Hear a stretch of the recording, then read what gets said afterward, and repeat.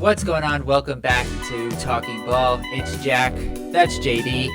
And today we are looking ahead to the Duke versus Kansas matchup after a big road win for the Dukies, 69-55 over Arizona.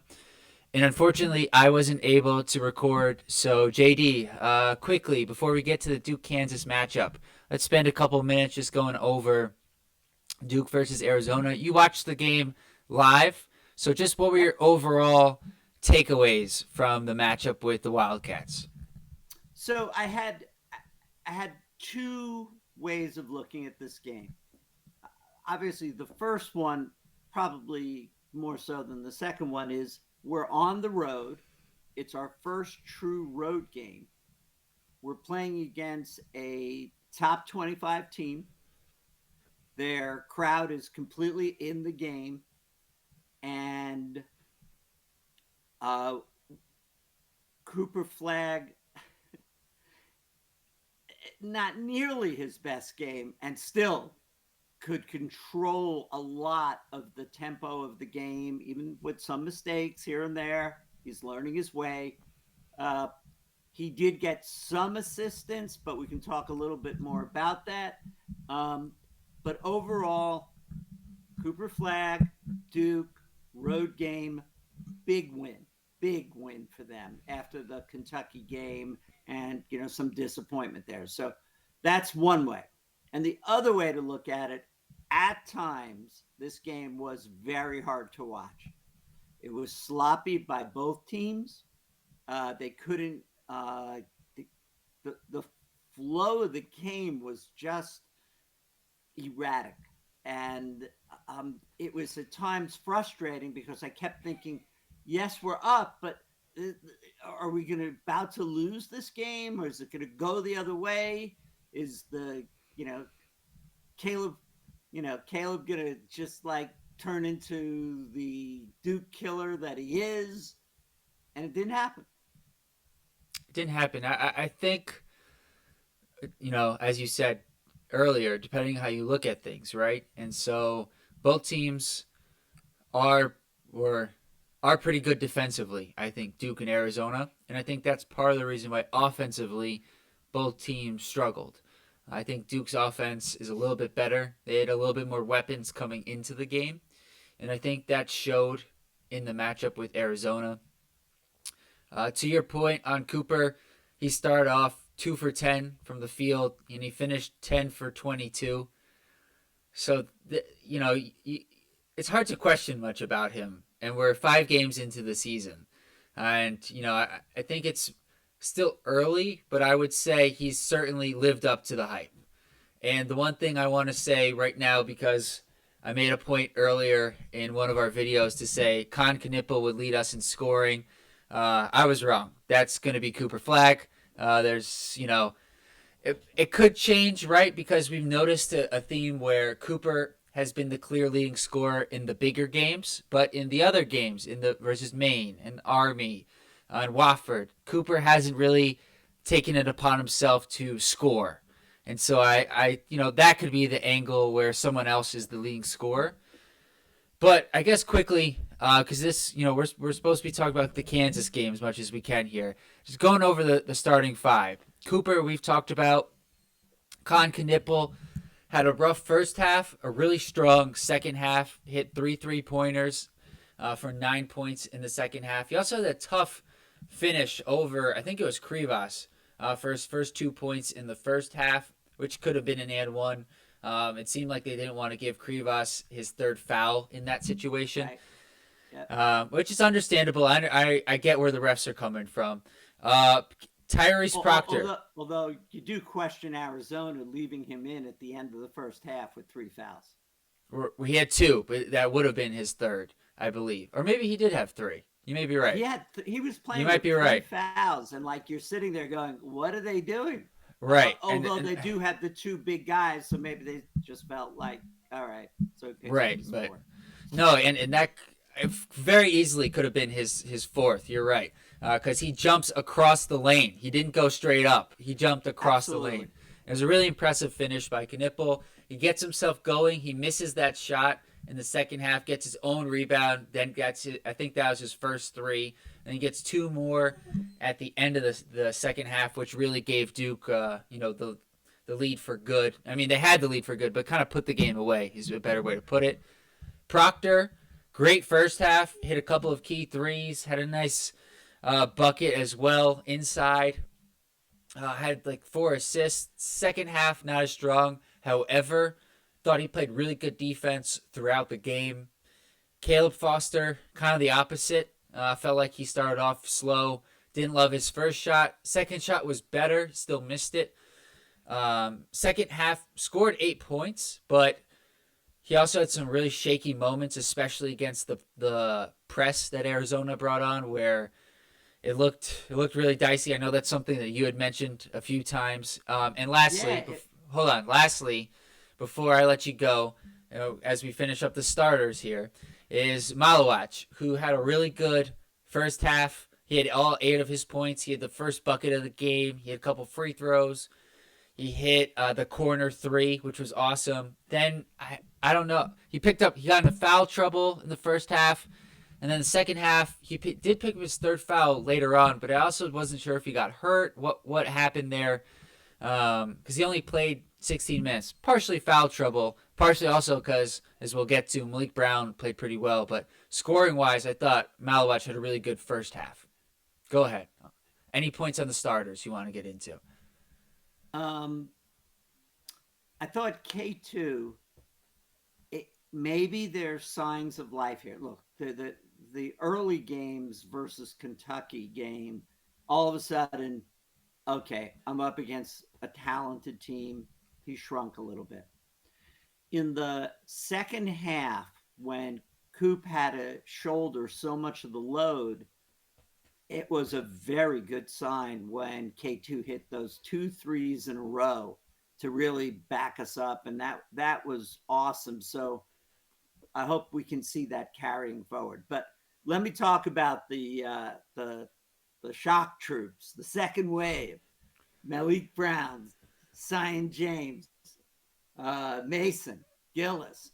So Malik, as you said, I mean, he wound up with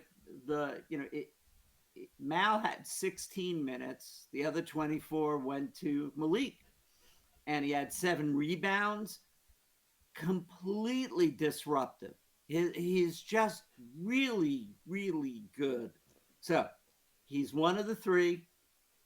Uh, Sion James, 20 minutes, 6 rebounds.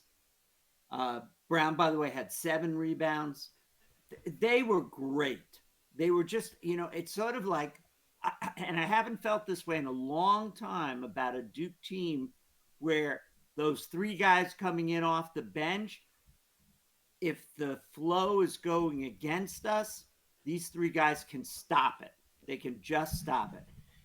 And that brings me to Mason Gillis, who was not, I don't know, tentative, hesitant, not really in the flow there. I have a lot of faith in him.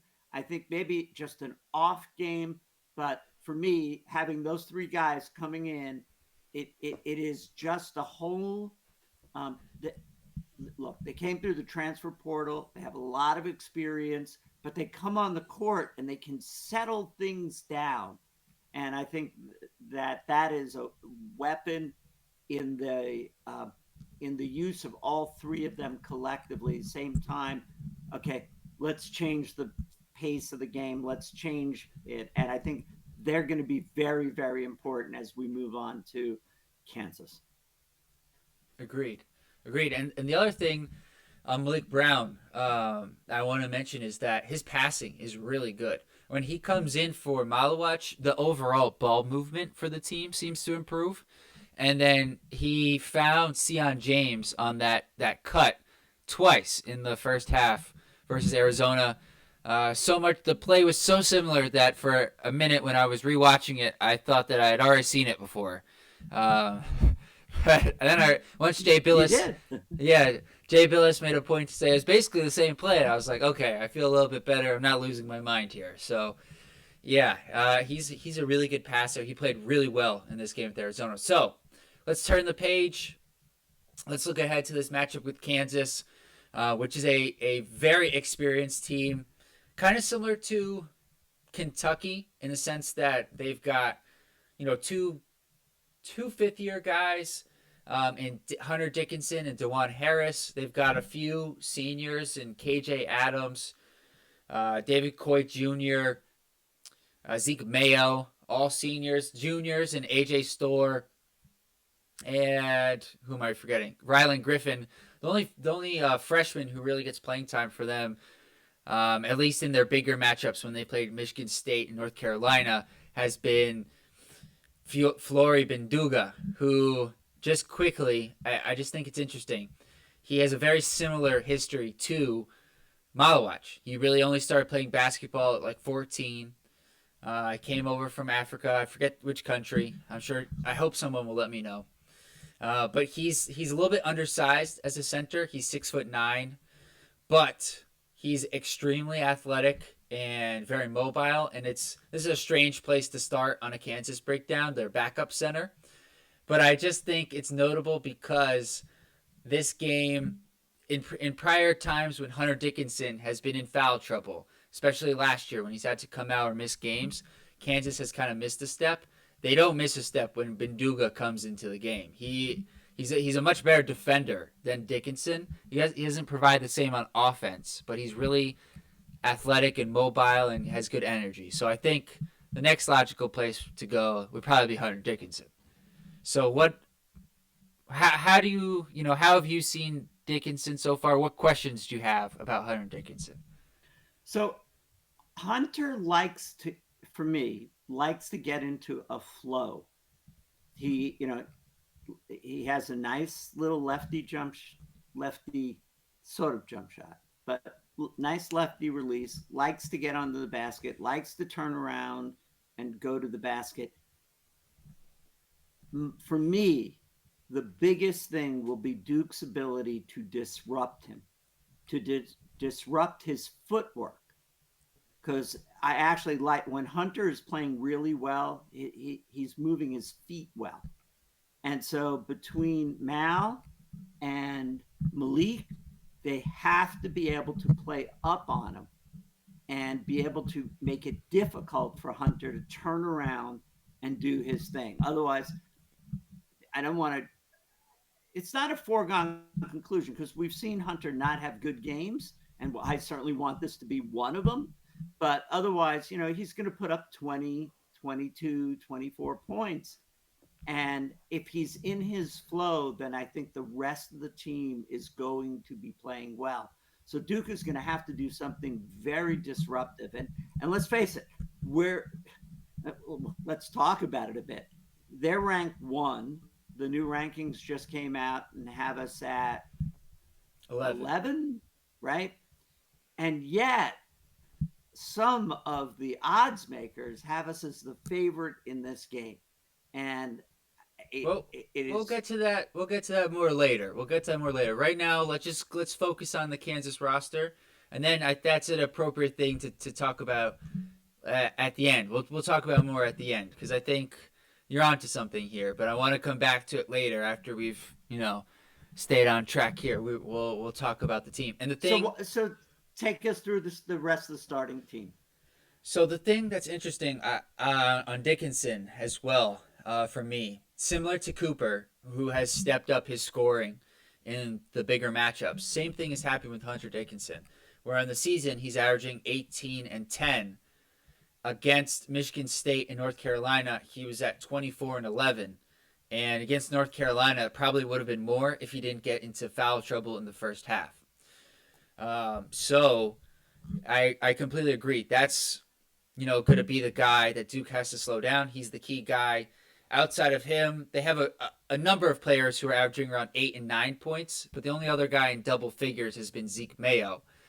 And I do think we'll talk about it more later, but between Malawach and Brown, we do have defenders who can give Dickinson a harder time. And the key with him, I think, is just forcing him to shoot jump shots versus, as you kind of corrected yourself, not a jumper, but his ability to shoot with his left hand around the rim. That's where he's at his best. But if you can make him shoot 18 footers and threes, you have a better chance. He can still hit those shots, but you have a better chance. Zeke Mayo, their second leading scorer, comes in from South Dakota State. 12 points, 3 assists. He had a really big game in the North Carolina game. He led them in scoring with 21. He's a guy who this year, he's only shooting 31% from 3, but last year at South Dakota State shot 39%. So he can certainly shoot better. And then DeJuan Harris and KJ Adams are their two other returning players from last year who they know their games. DeJuan Harris is a defensive guard who is also a playmaker. He's not a great scorer, but he can make the timely buckets. And then KJ Adams is not a three-point shooter. He's very athletic. He's like 6'7", 230. He's their power forward. He has this ability to shoot like this like push shot, from free throw line in, which is very unique. Not a lot of players do that. He's a solid defender. And then their last starter is Rylan Griffin, transfer from Alabama, who's a really good three-point shooter. He's got good size, around 6'6", solid defender. And then off the bench, mentioned Bunduga, their backup center. AJ Storr, transfer from Wisconsin, averaged 17 points a game last year. Not the most efficient. He is shooting 40% from 3 early on this year. I think that might be a little bit high, but his role is different. So maybe as opposed to previous years, he's shooting a little bit better. But he's, a key scorer for them. He kind of splits minutes with Rylan Griffin, who I think is their best three-point shooter. And then lastly, David Coit is like a small 5'10", 5'11 guard. Averaged like 20-plus points at Southern Illinois last year. Not asked to do that at Kansas. But has come in and done a lot of different things, also shooting above 40%. So they've got a few guys who can definitely hit the three ball, and they have a lot more depth than they did last year, where they only had 5 guys, and then they lost Kevin McCullough, so they had 4, and then Hunter Dickinson was like in and out towards the end of the year, so they were kind of down to 3.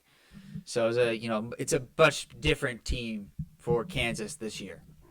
So I want to stay with depth for a minute from the Duke perspective, which is that when Proctor isn't showing up in the second half, then Isaiah Evans, Darren Harris, especially if Mason Gillis seemed out of sorts there, although his size does help. But we have 2 other guards who can definitely add to I just don't see why not give them a couple of minutes in the first half, and then if you're in trouble in the second half, sub them in. They know they're not playing more than 10 minutes.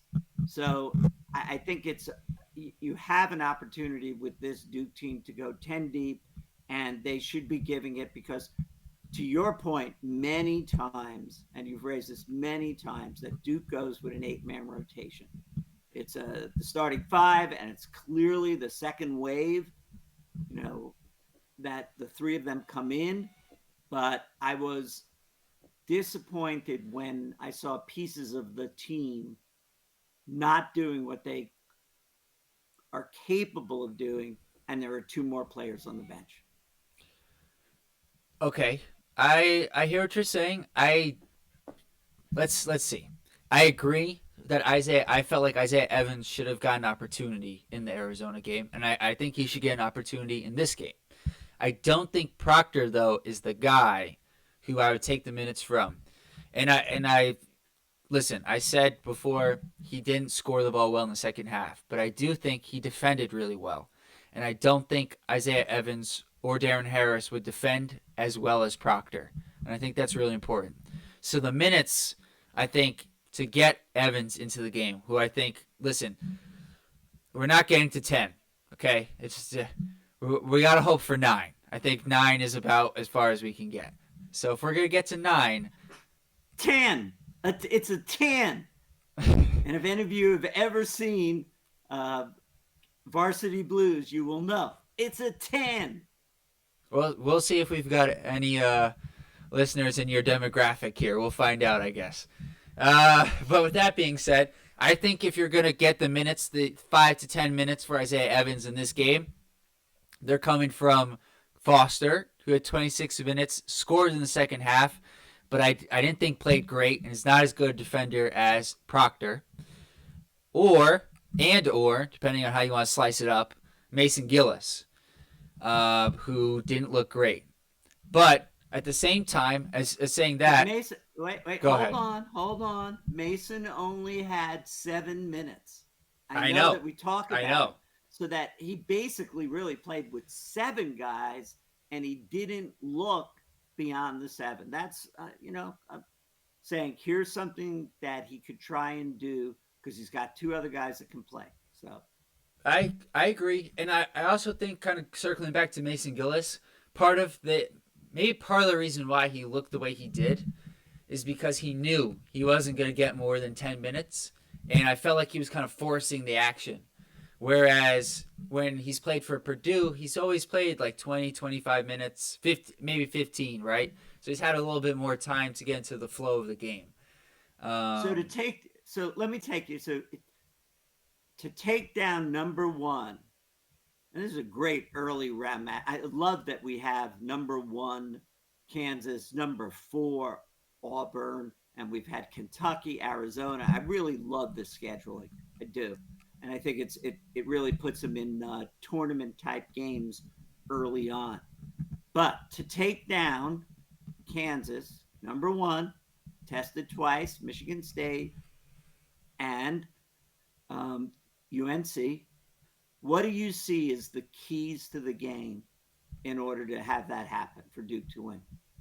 the number one thing I'm looking for is the pace of the game, Okay. because when you looked at when you look at Duke's first two big games, Kentucky, Arizona, certainly the Arizona game was played at a more methodical pace, and the Kentucky game was almost a game of two halves, where the first half was much more up and down. Duke scored, I don't remember how many points they scored, but it was a good amount. Versus the second half, the offense kind of faltered, but it wasn't like Kentucky ran out and scored 50. It was, it was, I think, like 77-73 was the final. But majority of the points, at least for Duke, were scored in the first half. Um, the game with, and when you look at the games for Kansas, the North Carolina game was up and down. Kansas had like 53 points in the first half, slowed down a little bit in the second half, partially because North Carolina just kept getting to the free throw line, which got them back into the game. And the Michigan State game, which was close until the final 8 minutes, was much more methodical. Michigan State's defense was pretty good. They ran two bigs out at all times to kind of slow down the middle and force. It just was a little bit more. They're better, more defensively sound team, and I think Duke is more in terms of in line of how they're going to play. Are they closer to Michigan State or North Carolina? I think they're closer to a Michigan State. The way Duke's defense has been throughout this year has been really good overall. And I think that that's going to give Kansas some issues. Having said that, I think Kansas's offense is better right now than Duke's offense. So I think that's going to be where this game is decided, when Kansas has the ball more so than when Duke has the ball, if that makes sense. All right. So Cooper Flagg, who, so far as Cooper goes, so goes Duke. Um, who guards Cooper? Yeah, it's interesting because when we were looking at the Arizona game, I thought KJ Lewis was the best guy to guard Cooper, but I felt like when Trey Townsend was on the court, it'd be tough for Arizona to do so because who would Townsend guard? And in this matchup, I think you don't have quite that same question. I think it's going to be KJ Adams. They'll mix in different guys, but KJ Adams is 6'7", 230, 235. He's a great athlete. He's definitely the guy I think Cooper will have to guard. And on the flip side, I think that's who Cooper guards. And it'll be interesting because KJ is really good at moving without the ball, but he's not a threat from the 3 point line, which I think will allow Cooper a little bit more ability to roam defensively, but he's got to be careful because KJ Adams is very good at finding the small pockets around the basket to either get his little push shot in or get a layup or an alley oop dunk. So I think that is going to be a great matchup to watch, Flagg versus Adams. One other thing that I'm going to look for is since almost everybody, maybe not Malik Brown, but almost everybody shoots the three for Duke, I would love to see at least, let's see, the college 30 attempts would be a lot. That would be a I'd good like to number. be like, yeah, I would like to see it on the high side with a good percentage for us, in the upper 40% range. I'd like to put a lot of pressure on them from 3 point range, bringing that would be something that I would look for in this game. And that's gonna, that's a good point to bring up because one of the questions I have heading into this one is, can Khan and Mr. Foster kind of build off of their second halves where they scored 9 and 8 points respectively, have a little bit more confidence coming into this game with Kansas and knock down some threes? Because I agree, that's going to be a very important factor in this matchup with Kansas. And just quickly, I was curious when you said that Duke attempted 25 threes against Arizona. And that game wasn't. I think this game's going to be played at a faster pace. So I think 30 is a good number. So and how many did they hit? Because they were averaging in the 80s and they won the game with 9. 69 points. And so, their offense wasn't that they could not have hit a high percentage of threes. That's why I'd like to see them take more and hopefully find that sweet spot where they're going to hit 40 something percent from the field. Yeah, 9 of 25 against the Wildcats. Let's see. The only other thing I want to bring up before we get into our closing remarks, and we'll go back to the odds really quickly, is that Kansas does certainly have the experience edge, but I think now Yeah. that Duke has played a couple of these games, playing Kentucky, who is about as old of a team as you're going to see in college basketball, and then going on the road and playing at Arizona. Tyrese Proctor mentioned in the post-game press conference that during halftime, the Kentucky game was something they brought up in terms of how they make adjustments. And so now they've got two of these games under their belt. I think that's going to help a young Duke team who runs out three freshmen in their starting lineup against a very experienced Jayhawks team that we'll see how the pieces fit together for Kansas on the defensive end of the court. And I'll get into that a little bit more as we go through the odds. What were you saying about the odds before, JD?